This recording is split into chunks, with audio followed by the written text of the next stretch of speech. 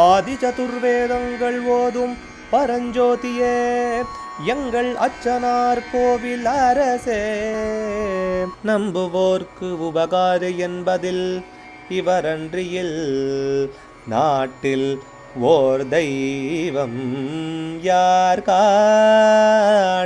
ஆதி சதுர்வேதங்கள் ஓதும் பரஞ்சோதியே எங்கள் அச்சனார் கோவில் அரசே. சுவாமியே சரணமையப்பா. அச்சங்கோவில் அரசே சரணமையப்பா.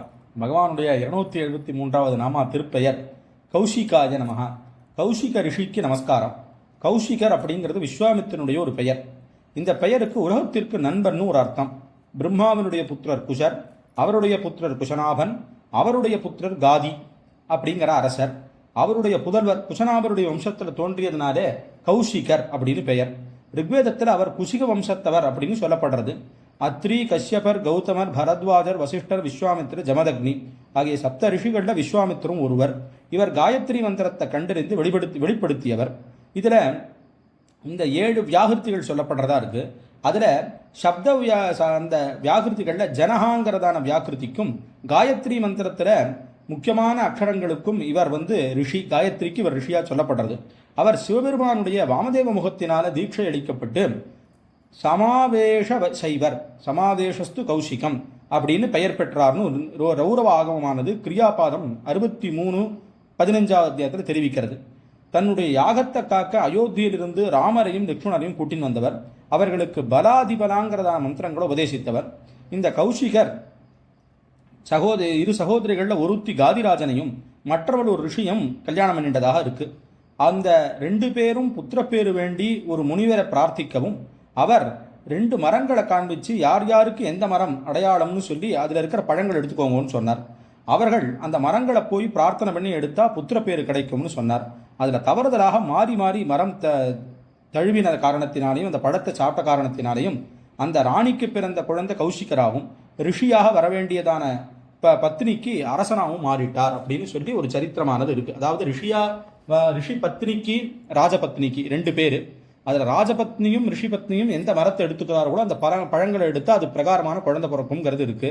அதில் மாறி ரிஷி பத்னிக்கு இருக்க வேண்டியதான அந்த பழத்தை ராஜபத்னியும், ராஜபத்னிக்கு இருக்க வேண்டியதானதை ரிஷிபத்னியும் சாப்பிட்டதுனால தான் இதில் ரிஷியினுடைய அம்சம், அதாவது ரிஷியினுடைய எல்லா விஷயங்களும் இருந்தும் ஆனால் ராஜாவா பிறந்தார் விஸ்வாமித்திரர். அதே நேரத்துக்கு பிராமணராக அந்தனராக இருந்து அனுஷ்டானம் பண்ண வேண்டியிருந்தாலும் அத்தனை க்ஷத்ரிய குணங்களும் சேர்ந்து இருந்தார் பரசுராமர். இந்த ஒரு சரித்திரம் சொல்லப்படுறதா இருக்கு. அதே மாதிரி மிதிரை அரசனுடைய ஜனகருடைய ராஜசபையில ராமலட்சுமணர்களுக்கு இவருடைய சரித்திரத்தை விசேஷமாக இவர் சதானந்தர் சொல்றார். இவர் எப்படியாப்பட்ட மகர்ஷி தெரியுமான்னு சொல்லி விஸ்வாமித்திரனுடைய சரித்திரத்தை எல்லாத்தையும் சொல்லி அவர் எப்படி காமதேனுவை ரிஷியா இருக்கும்போது வசிஷ்டர்கிட்டேருந்து அபகரிக்க பார்த்தார். அதற்கப்புறம் அதை எடுக்க முடியாமல் போனதுனால அந்த ஆசிரமத்தையே துவம்சம் செய்கிறார். அப்போ அத்தனை அஸ்திரங்களும் வசிஷ்டருடைய யோக தண்டத்தினால போயிடுறது. திக்பலம், க்ஷத்ரிய பலம், பிரம்மதேஜோ பலம் பலம் அப்படின்னு சொல்லி அந்த இடத்துல சொல்லிட்டு அதுக்கப்புறம் இந்த ஸ்தானத்தை தான் அடையணுங்கிறதுக்காக தென் திசையில போய் தபஸ் பண்ணி பரமேஸ்வரன் கிட்டேருந்து அஸ்திரங்கள் எல்லாத்தையும் வாங்கின்னு வந்தார். மறுபடியும் வசிஷ்டரோட சண்டை போட்டு அந்த அஸ்திரங்கள் எல்லாம் இழந்தார். திருப்பி தபஸ் பண்ணார். அப்போ என்னென்ன தூரம் திருப்பி திருப்பி திருப்பி தபஸ் பண்ணி அவருக்கு மேனகியினாலே ஒரு சிரமம் வந்தது. அதனால தபஸ் போச்சு. இதெல்லாம் ராமாயணத்தில் விஸ்தாரமாக வருது. அதனால தபஸுக்கு மற்ற ஆசை, கோபம் இதெல்லாம் தான் தபஸ் விக்னமாயிடுங்கிறதுக்காக இது ஒரு பாடமாக ராமாயணத்தில் அமையிறது. அப்படி திருப்பி திருப்பி தபஸ் பண்ணி கடைசியில பிரம்ம ரிஷி அப்படிங்கிறதான ஒரு பெரிய பதவியை அடைஞ்சார். அப்புறம் அந்நியமிந்திரம் கரிஷ்யாமி, இன்னொரு இந்திரனையே படைக்கிறேன்னு திரிசங்கு ராஜாவுக்காக அதெல்லாத்தையும் பண்ணினார். ஆனால் இப்படியாப்பட்ட பெருமை விஸ்வாமித்திர மகர்ஷிக்கு உண்டு.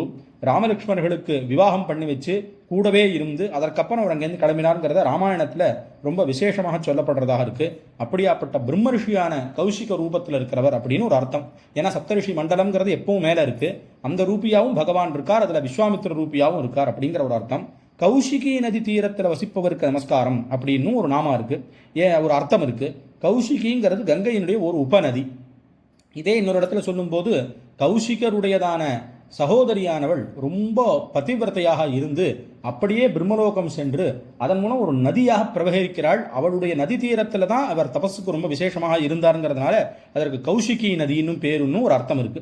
அதனால கௌஷிக ரூபத்தில் இருக்கிற பகவானுக்கு நமஸ்காரம்னு இந்த நாமாவான தெரிவிக்கிறது. அச்சங்கோவில் அரசே சரணமையம். அச்சனார் கோவில் அரசே சுவாமியே சரணமையப்பா.